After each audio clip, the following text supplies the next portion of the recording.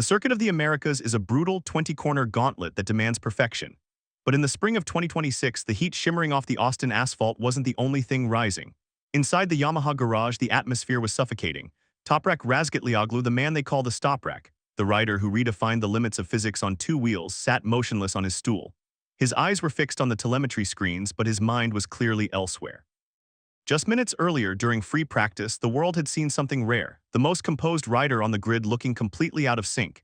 He was veering off track, fighting a machine that seemed possessed by a different spirit.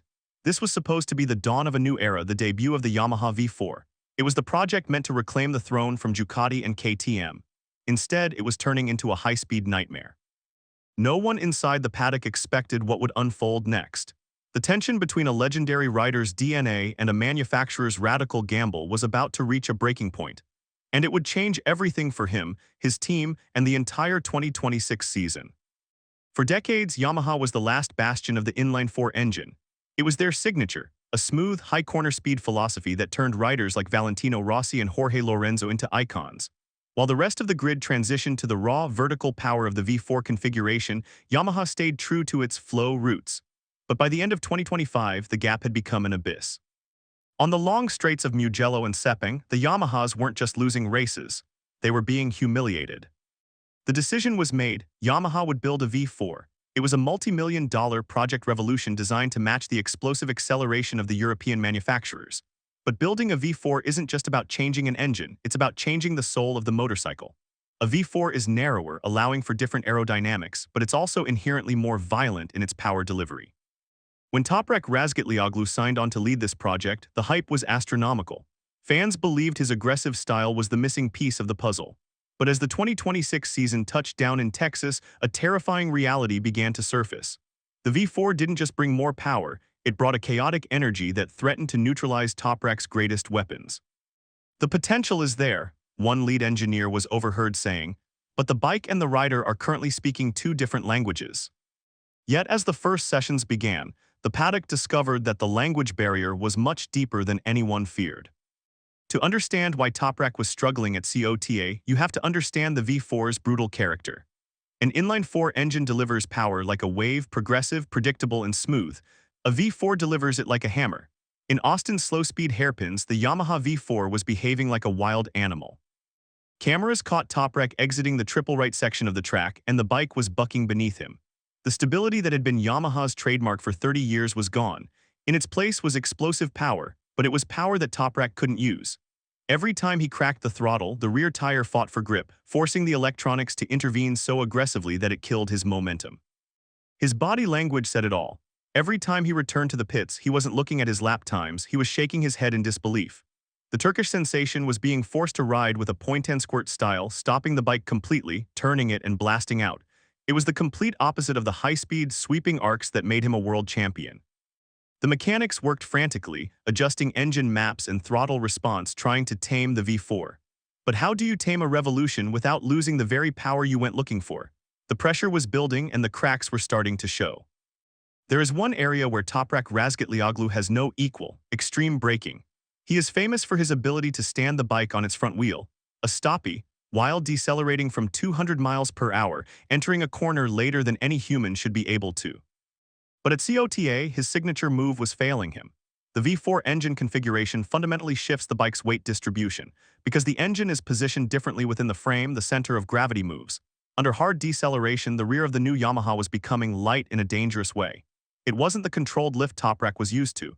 It was a nervous, side-to-side oscillation that made the bike feel like it wanted to fold in half.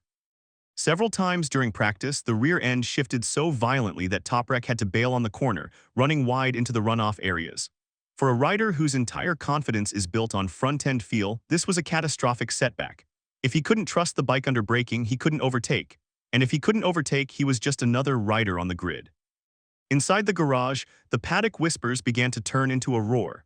Some suggested that Yamaha had moved too far away from their DNA. Others wondered if Toprak could ever adapt his generational talent to a machine that seemed designed to fight him. But the real turning point happened away from the cameras, in a closed-door meeting that would define the rest of the weekend.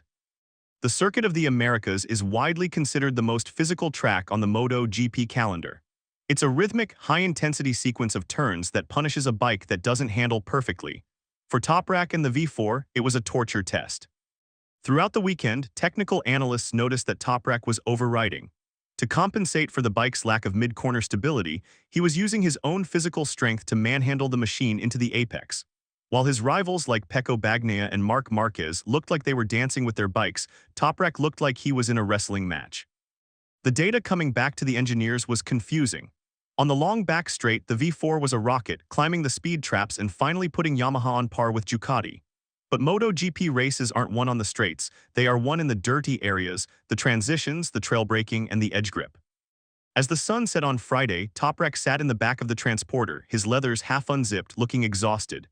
The major development phase Yamaha was touting felt more like a rescue mission. According to insiders, there was a growing rift between the Japanese engineers, who wanted to focus on data, and Toprak, who was pleading for feeling. However, the storm was only just beginning to brew. When the lights went out for the Saturday sprint race, the world expected to see the Sunday version of Toprak, the rider who finds a way regardless of the machine.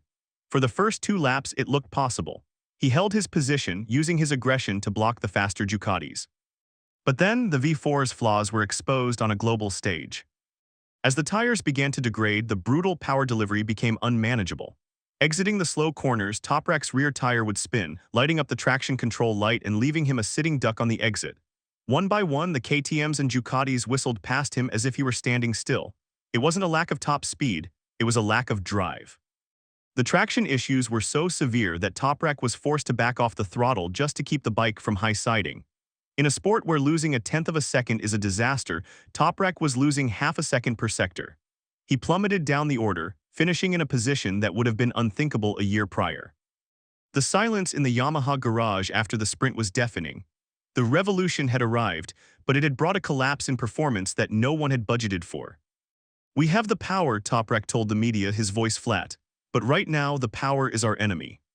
The Paddock discovered something else that evening, a detail that shocked even his closest team members. The pressure on Toprak Razgatlıoğlu in 2026 isn't just about winning races. He is the centerpiece of the most expensive R&D project in Yamaha's history. Every lap he completes is valuable data. But Toprak isn't a test rider, he's a racer. Reports began to surface of heated arguments within the garage. The conflict wasn't about effort, it was about philosophy. The engineers were obsessed with the theoretical peak of the V4, the speed the bike should be capable of according to the simulations.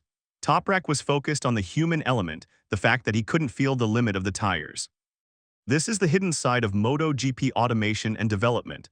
When a manufacturer changes its engine configuration, it changes the harmonic of the entire team. The mechanics who spent years perfecting the Inline-4 were now learning a complex V4 system on the fly. Miscommunications were happening. Strategy calls were being missed.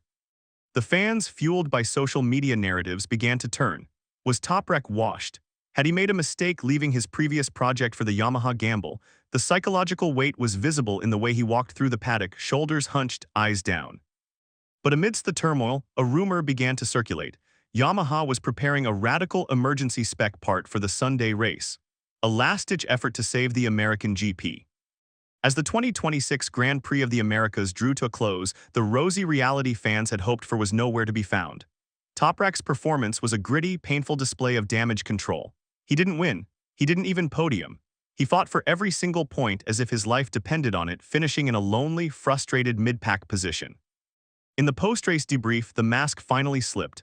Toprak didn't offer the usual PR-friendly platitudes. He was frank. He admitted the bike was in a very exploratory phase and that they were essentially racing a prototype in a field of finished products. He spoke about the enormous potential of the V4, but his words carried a heavy subtext. "I cannot win like this." The technical dispute between the brutal V4 power and the refined Yamaha stability remains unresolved. Yamaha is trying to combine 2 different worlds, and right now they are stuck in the void between them. For Toprak, the challenge is no longer just about beating the riders next to him, it's about surviving the evolution of his own machine. Yet, as the teams packed up their crates to head to the next round in Europe, a whisper emerged from the back of the garage. Some mechanics claimed that the data from the final laps in Austin showed a breakthrough in the electronic mapping, a small glimmer of hope that the V4 could finally be tamed.